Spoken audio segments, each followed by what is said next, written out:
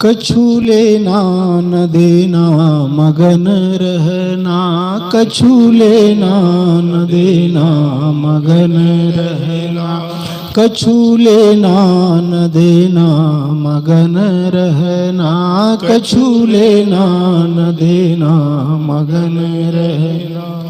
गहरी नदिया नाव पुरानी, गहरी नदिया नाव पुरानी, केवटिया से मिले रहना, केवटिया से मिले रहना, कछु लेना न देना मगन रहना, कछु लेना न देना मगन रहना, कछु लेना न देना मगन रहना, कछु लेना न देना मगन रहना, कछु लेना न देना मगन रहना। तेरे पिया तेरे घट में बसा है, तेरे पिया तेरे घट में बसा है, खोल कर देखो नैना, हाँ खोल कर देखो नैना, कछु लेना न देना मगन रहना, कछु लेना न देना मगन रहना। पांच तत्व का बन यह पिंजरा, पांच तत्व का बन यह पिंजरा, जा में बोले मेरी मैना, हाँ जा में बोले मेरी मैना, कछु लेना न देना मगन रहना, कछु लेना न देना मगन रहना। कहत कबीर सुनो भाई साधो, कहत कबीर सुनो भाई साधो, गुरु चरणों में लिपट रहना, हाँ गुरु चरणों में लिपट रहना, कछु लेना न देना मगन रहना, कछु लेना न देना मगन रहना, कछु लेना न देना मगन रहना, कछु लेना न देना मगन रहना। प्रेम से बोलिए सदगुरु देव की। ऐसे भजनों को कभी कभी गुनगुनाना चाहिए मस्ती से, हाँ, और डूब जाना चाहिए भजनों में। ऐसी लागी लगन मीरा हो गई मगन, वो तो गली गली हरि गुण गाने लगी। क्या बात। ऐसे तो डूब जाना चाहिए भजन। भजन की बड़ी विशेषता है, विचार व्यक्ति के दिमाग को चंचलता की ओर फैलता है विचार में, और भजन गीत गाएंगे ना तो वो एकाग्र हो जाता है। इसलिए भजन गीत का अपना एक महत्व होता है। जब भी आप उदास हो, परेशान हो, शिकायत से भरे हुए हो, तो कभी भजन गाया करें, गीत गुनगुनाया करें, मन तुरंत एकाग्र हो जाएगा। और शिकायत भरा मन जो फैल रहा है ना बाहर बाहर की ओर, उससे आप मुक्त हो करके शांति में समाहित हो जाएंगे। विचार बहुत अच्छी बात है, विचार की आवश्यकता है, लेकिन वो फैलाता है व्यक्ति को बाहर की ओर, बाहर की ओर। तो भजन भी ऐसे डूब के गाना चाहिए, कछु लेना न देना मगन रहना। यहाँ कुछ लेना देना नहीं है, खाली हाथ आते हैं, खाली हाथ जाते हैं, बीच में 80-100 के आसपास लोग जीते हैं, हाँ है करके अंत में ले जाना कुछ नहीं। हाँ, तो हमेशा मगन रहना ये बड़ी बात है, मगन रहना। धन की हानि हो तो मगन, धन का लाभ हो तो मगन, कोई अपमान कर दे तो मगन, कोई सम्मान दे दे तो मगन। मैं अपने में डूबा हुआ हूं तो मेरे कोई अपमान नहीं कर सकता। कौन करेगा अपमान? कोई गाली दे सकता है, कुछ नुक्ताचीनी कर सकता है, लेकिन मैं अगर उसको न स्वीकारूं उसके गाली को, तो मैं अपमानित कभी नहीं होऊंगा। मैं स्वीकारता हूं ना उनकी गाली को, तब मैं अपमानित होता हूं।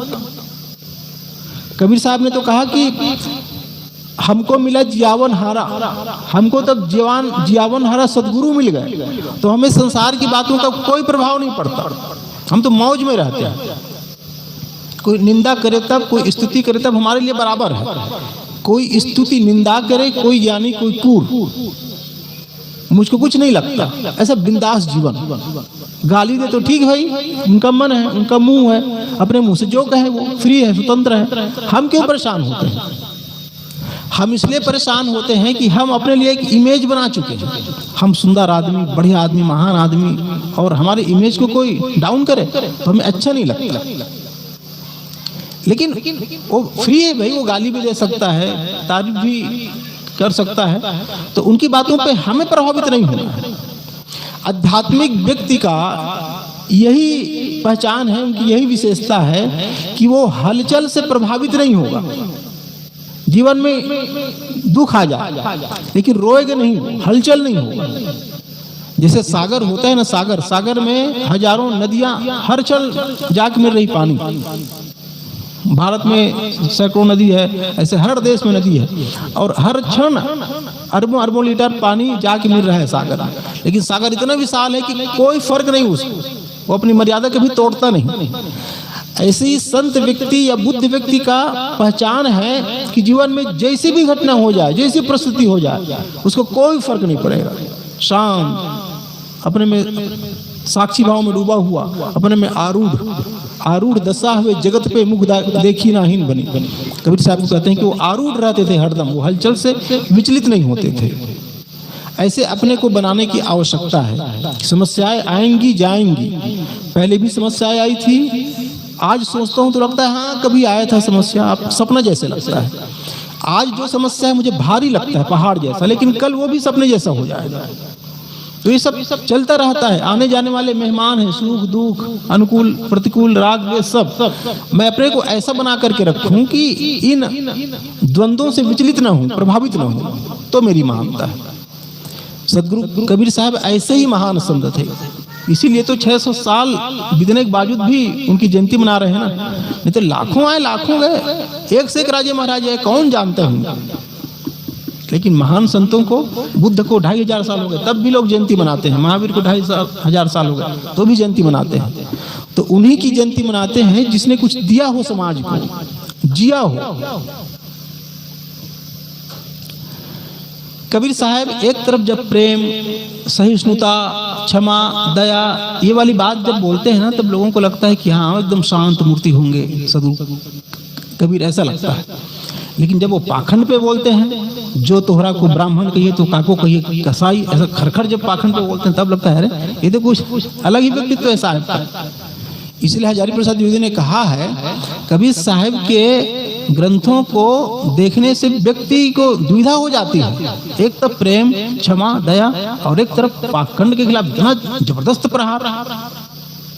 सदगुरु अभिलाष ने लिखा है, वज्रादपि थे कठिन, वज्र की तरह वो कठोर भी थे। पाखंडों पे, अंधविश्वास पे, भ्रम पे, अंधविश्वास पे अगर कोई फैलाता है तो। वज्रादपि थे कठिन मगर कुसुमादपि कोमल मन था। लेकिन उनका जो मन था वो फूल की तरह था। कुसुमादपि कोमल मन था, कोमल।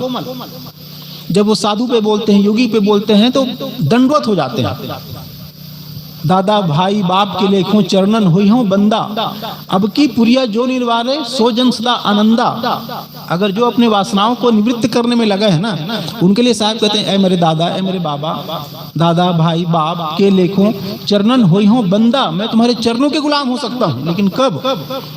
अब की पुरिया जो निर्वारे सो जन सदा आनंदा। अपने वासनाओं की पुरिया को, वासनाओं की गठरी को जो छोड़े, वो व्यक्ति हमेशा आनंदित हो सकता है।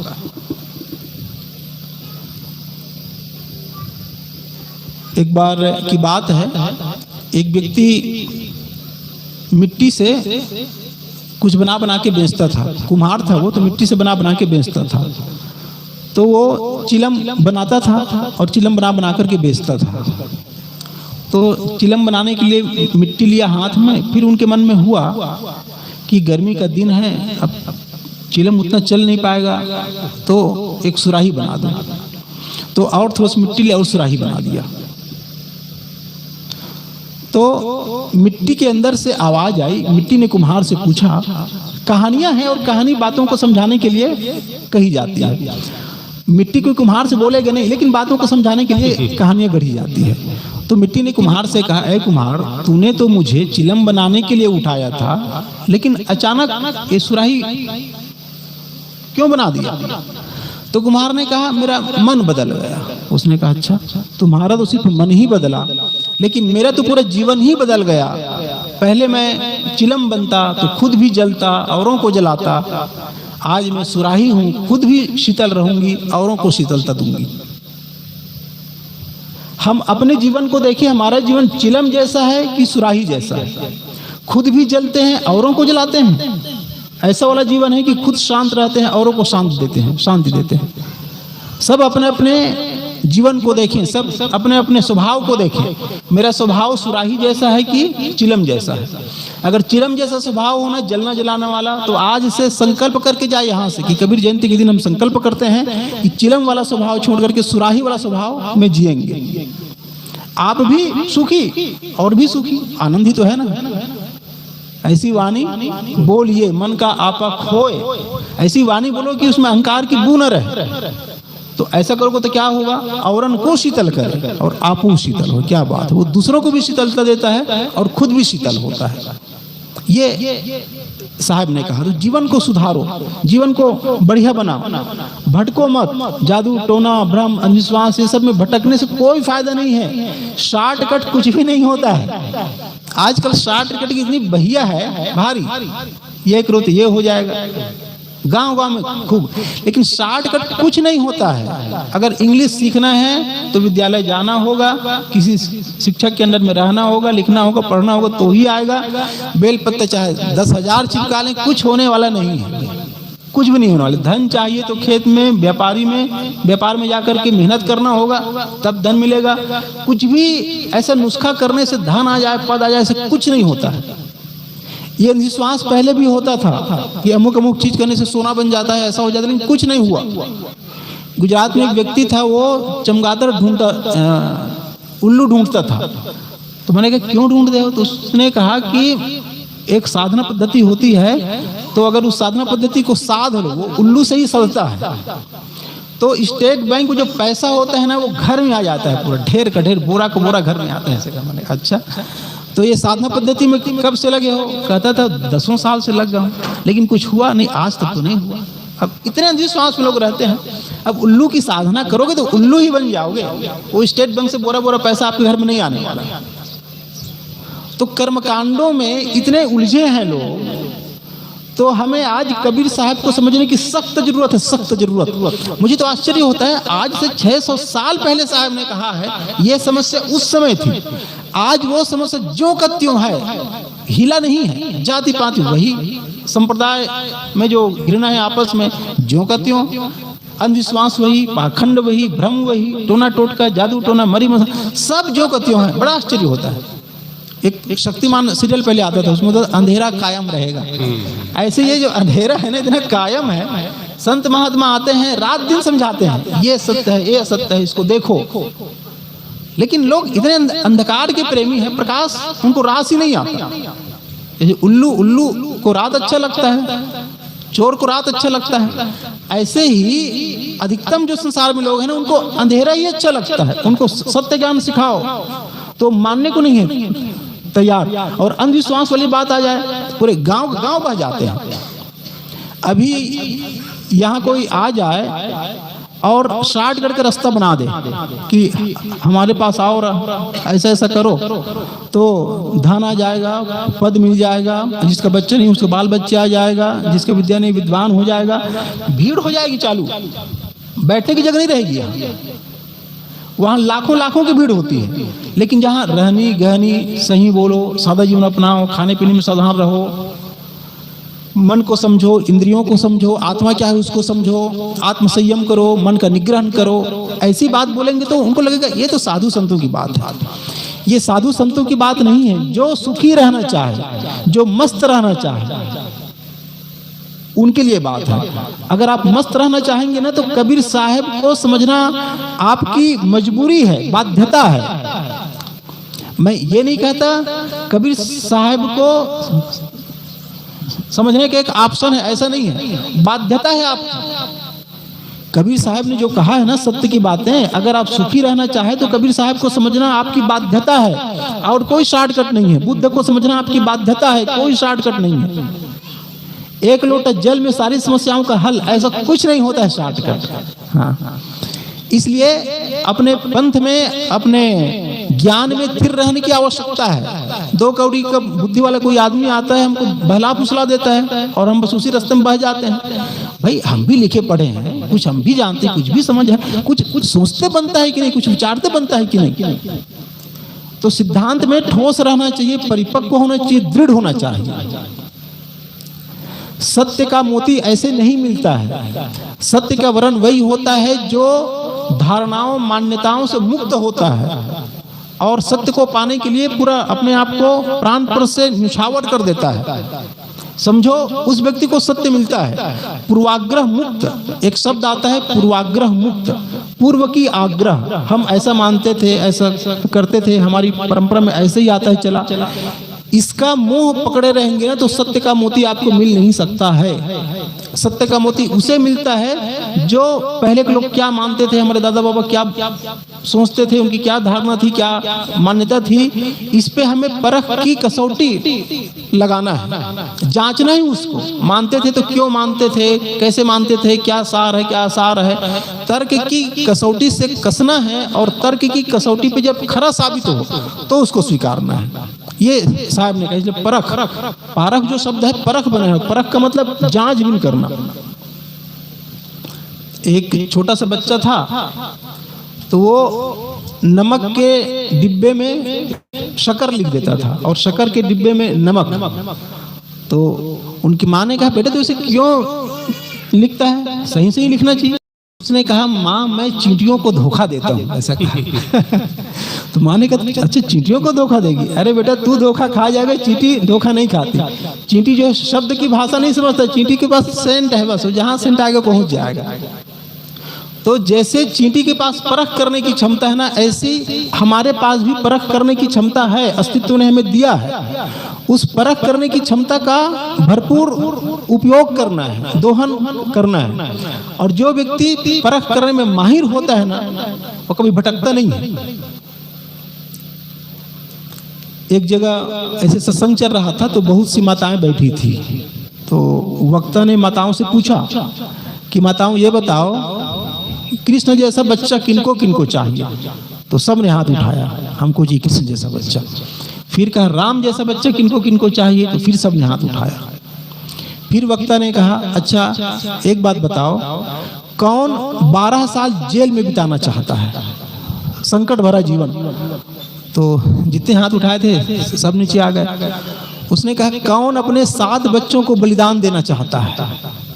उसने फिर सबका हाथ नीचे हो गया।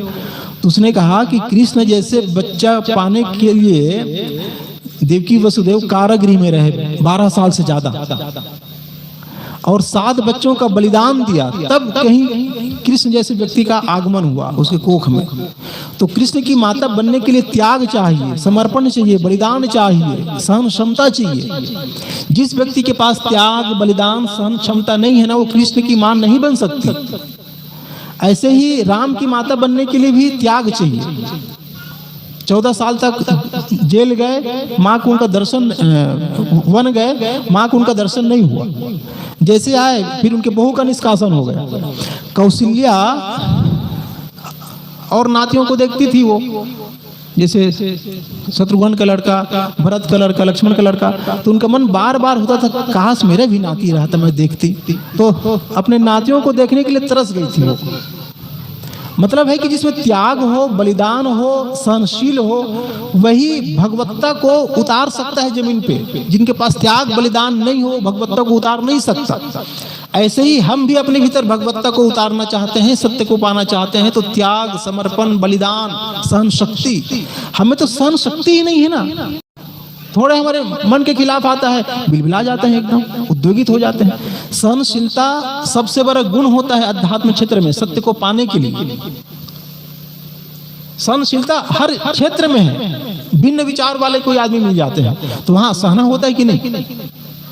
भिन्न पार्टी के व्यक्ति मिल जाता है, कोई कांग्रेस पार्टी का पक्ष लेता है, कोई भाजपा वाला, दोनों व्यक्ति मिल जाते हैं तो वहां सहना होता है कि नहीं?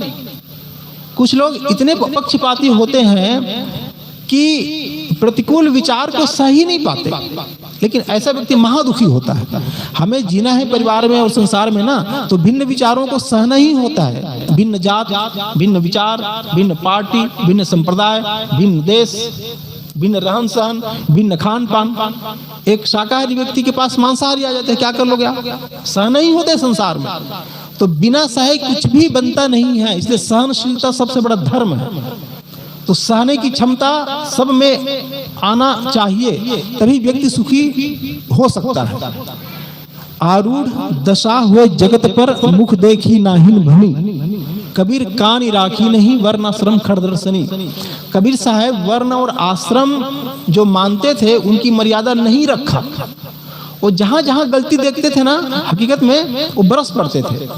वो एक ऐसा समाज चाहते थे जहां सब प्रेम से रहे, आदर से रहे, किसी का शोषण न हो, कोई किसी को नीच की तरह न देखे, ऐसा समाज चाहते थे।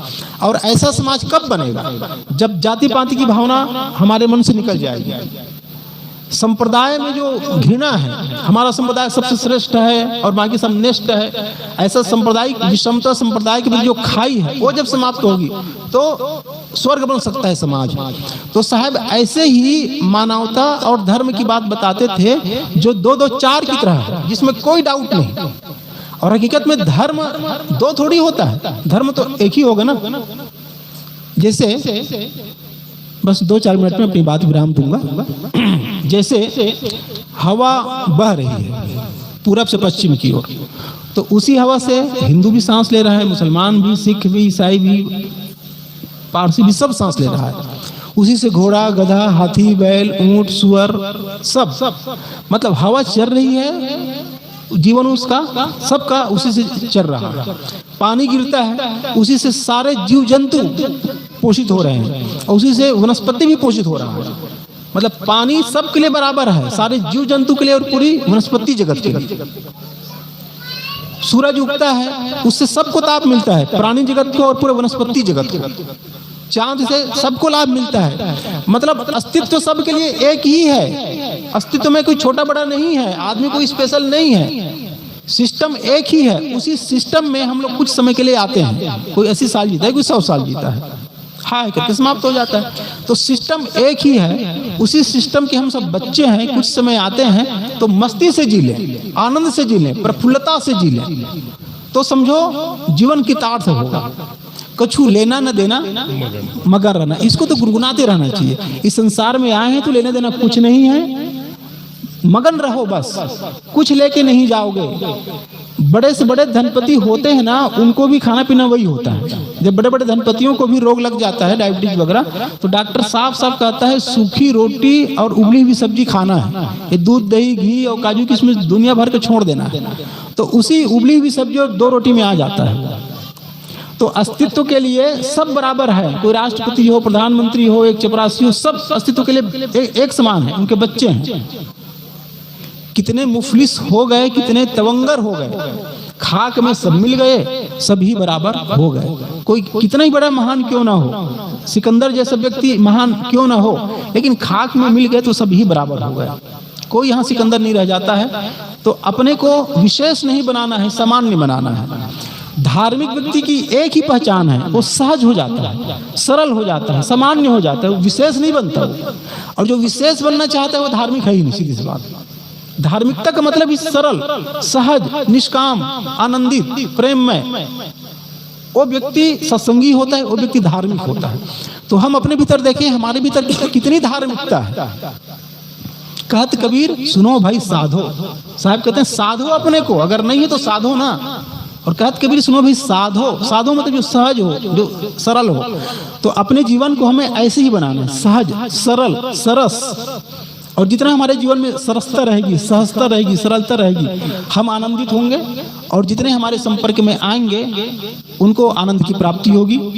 तो आज कबीर जयंती के पावन पर्व पर मेरी आप लोगों से यही अपेक्षा है कि कबीर साहब के सिद्धांत को समझे। साहब कह रहे थे ना, बीजक ग्रंथ है कबीर साहब के, मूल ग्रंथ, वो घर घर होना चाहिए। एक ईसाई के यहाँ मैं गया था ना, तो कहता था हमारे यहाँ जिसको दीक्षित होते हैं बाइबिल देते हैं, उनको बाइबिल रखना ही होता है और पाठ पठन रोज होता है, तब वो ईसाई है।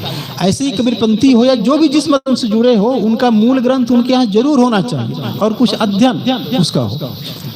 कबीर साहब से हम लोग जुड़े हुए हैं ना, तो भ्रम, टोना टोटका, अंधविश्वास और जितने कल्पना की बातें हैं ना, उससे ऊपर उठ करके हम सत्य को समझें। सत्य अपनी आत्मा है और आत्मा में ही कल्पना करने की शक्ति होती है, मानने की शक्ति होती है।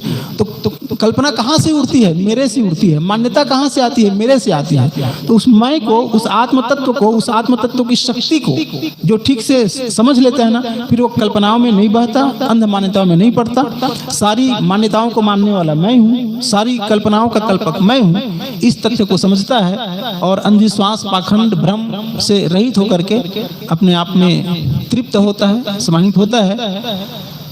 तो ज्यादा कुछ नहीं कहते हुए यहीं पर मैं अपनी बात विराम देता हूँ। सर्वे भवन्तु सुखिनः, सर्वे सन्तु निरामयाः, सर्वे भद्राणि पश्यन्तु, माँ कश्चित् दुःख भाग् भवेत्। बोलिए सतगुरु कबीर साहिब की। कबीर जयंती अमर हो, कबीर जयंती अमर हो। कबीर की याद कौन करेगा? हम करेंगे, सब करेगा। कबीर की याद कौन करेगा? हम करेंगे, सब करेगा। हम सब एक हैं, हम सब एक हैं। कबीर की याद कौन करेगा? हम करेंगे, सब करेगा। जब तक मिट्टी पानी है, गुरु कबीर की बानी है। जब तक मिट्टी पानी है, गुरु कबीर की बानी है। जब तक सूरज चांद रहेगा, गुरु कबीर का नाम रहेगा। जब तक सूरज चांद रहेगा, गुरु कबीर का नाम रहेगा। मानवता का विकास हो, मानवता का विकास हो, छुआछूत का नाश हो, छुआछूत का नाश हो। बोलिए सतगुरु कबीर साहिब की जय। साहेब बंदगी साहेब।